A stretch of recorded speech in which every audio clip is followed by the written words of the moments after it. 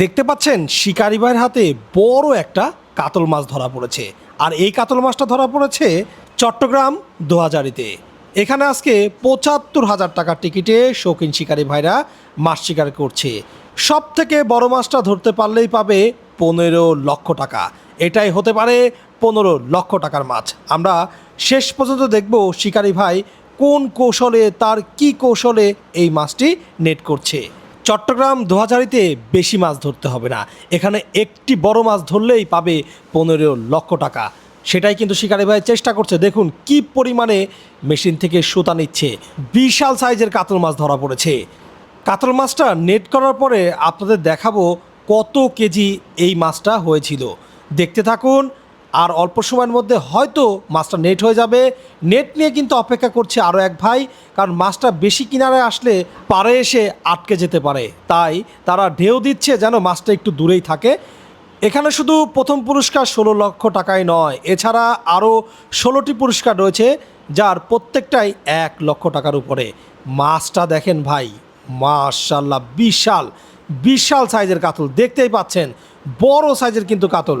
কাতল কি শেষ পর্যন্ত নেট হবে কিনা? আবারও কিন্তু ডুবে গেল, এখনও কিন্তু দেখা যায়নি।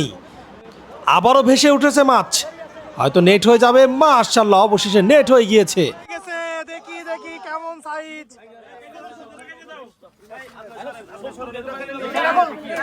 বিশাল বিশাল, এটা বড়, সবচেয়ে বড় না আজকের বড় এটাই হতে পারে। আমরা ওজন দিয়ে দেখবো যে কেমন সাইজ হলো, সেটা দেখাবো কত কেজি হয়। 13 কেজি হবে না?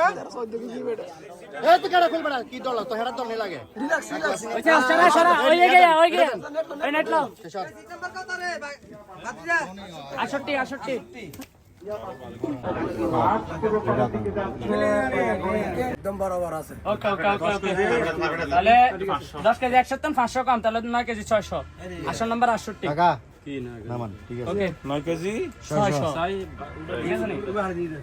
কত কেজি হলো দাদু, কত কেজি হলো? 10 কেজি 100 500 বাদ হলে 9 কেজি 600।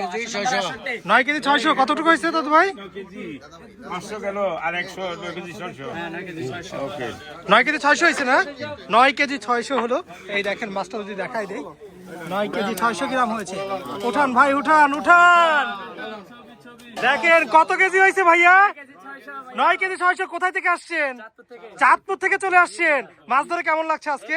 আজকে